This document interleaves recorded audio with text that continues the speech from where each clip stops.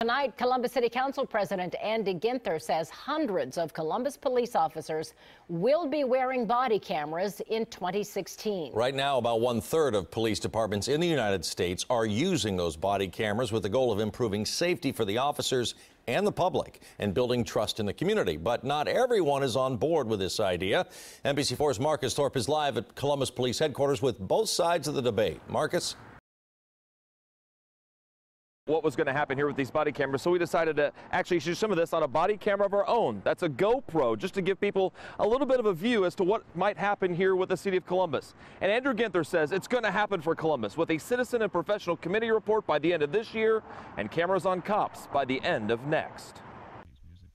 If Andrew Ginther has his way, police body cameras will be on officers in the capital city next year. I believe that the safety of our officers and that sacred bond and trust between our officers and the community is worth the investment. But the cost will not be cheap, in the millions of dollars just to start. Then there's upkeep. But Ginther says it's time to cement safety and transparency. This is quickly becoming a best practice for law enforcement around the country, and Columbus ought to lead the way in getting that done. Brandon McElroy is the president of the Wineland Park Civic Association.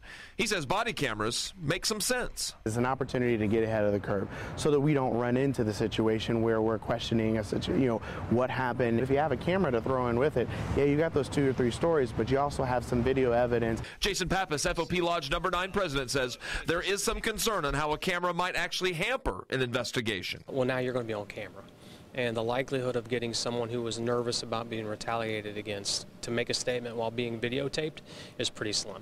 And so we believe it'll have a chilling effect. And as for making things safer, Pappas doesn't think this does it. I don't think that it makes officers any safer. I don't think that it makes the community any safer. I think officers react to the way that they're trained, and I think the citizens act the way that they think they should react to law enforcement. Now, Sheriff Zach Scott is the other candidate who is running for the mayor in the city of Columbus. He says through his campaign that Ginther is a little late when it comes to body cams. He says he's been working with the Buckeye State Sheriff's Association to implement body cams for some time. He's going to announce more on that, as well as a community advisory board sometime next week. We'll, of course, keep you updated as this moves through the system. Reporting live here from CPD headquarters, Marcus Thorpe, NBC4. All right, thank you, Marcus. Now, you might want a body camera to capture as much information as it can about a criminal who's running away from police or a drug dealer who's caught in the act. But how much of your private life do you want to become public record if you are the victim of a crime? That is one of the potential problems raised today by Columbus Police Chief Kim Jacobs. She told reporters that body cameras can be effective crime-fighting tools. They can capture and preserve an officer's version of what happened and statement.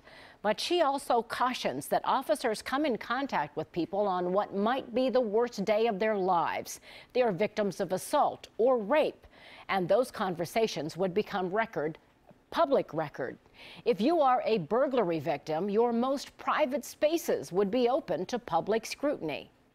If I went into your house and was walking around looking at all the things that might have been stolen or the drawers that had been gone through, all of your private possessions would be recorded. And somebody would see where the TV was on how close it was to the window, whether you have a deadbolt lock on your door, potentially. And they could say, well, that's a good place to come back to.